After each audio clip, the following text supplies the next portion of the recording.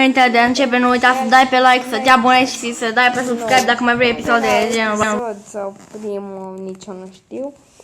Că am zis să mă apuc de YouTube și vom reacționa la piesa nenuată Cheluțu. Ei, o să fac și jocul, dacă vreți să fac și Fortnite, mă să fac canal de YouTube pe PS. Nu vă râd de cele videoclipurile mele care nu le fac prea bune. O să mă apuc și de YouTube, mai filmez cu Gamer 5 și... Și după cum ați văzut și în titlu, voi reacționa la piesa Înnoată Cheluțu. N-am copiat undeva sau ceva, doar reacționez. Ok, să-i dau drumul. Ce drăguț e Cheluțu.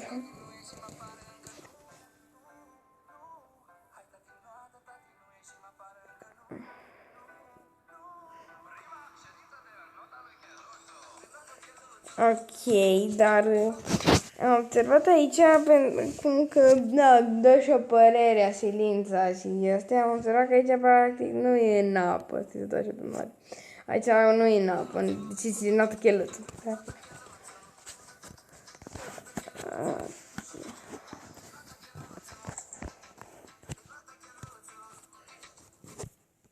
Am văzut, poză. Ce să mai... Aici nu înțeleg ce, notă ce, nu știu, aici chiar nu înțeleg ce. Deci nu înțeleg ce.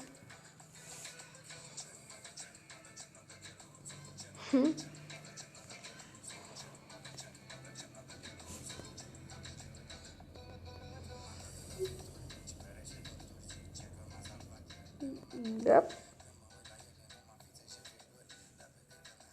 Aici cântă destul de încet în piesa asta, Dorian, și doar zic că cântă destul de încet.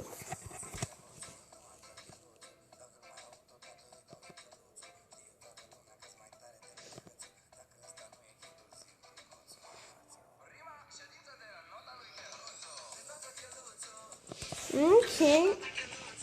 Nu știu, e fain, oricum e... De când a apărut muzica de prima dată a fost primul loc în Top România. Uite, alte parcă a fost, nu știu, cred că la alte sau ceva de genul ăsta a fost și tot și numărul 1 în top, what the fuck. Ok, dar din România, nu așa din lume, că ar fi... Bine, să-l doar. Bă, îl dă pe Cheluțu o zi, rota aia, numai notă, la noapte numai rot și visează. Bine.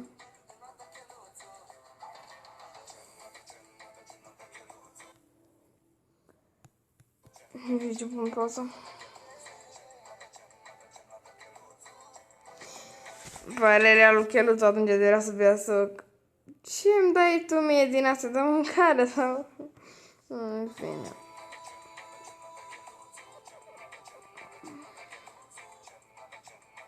Da? Fain. Deci mie chiar... Cel puțin mie mi-a plăcut frumos, foarte faină, făcută... N-am ce zice, chiar n-am ce zice.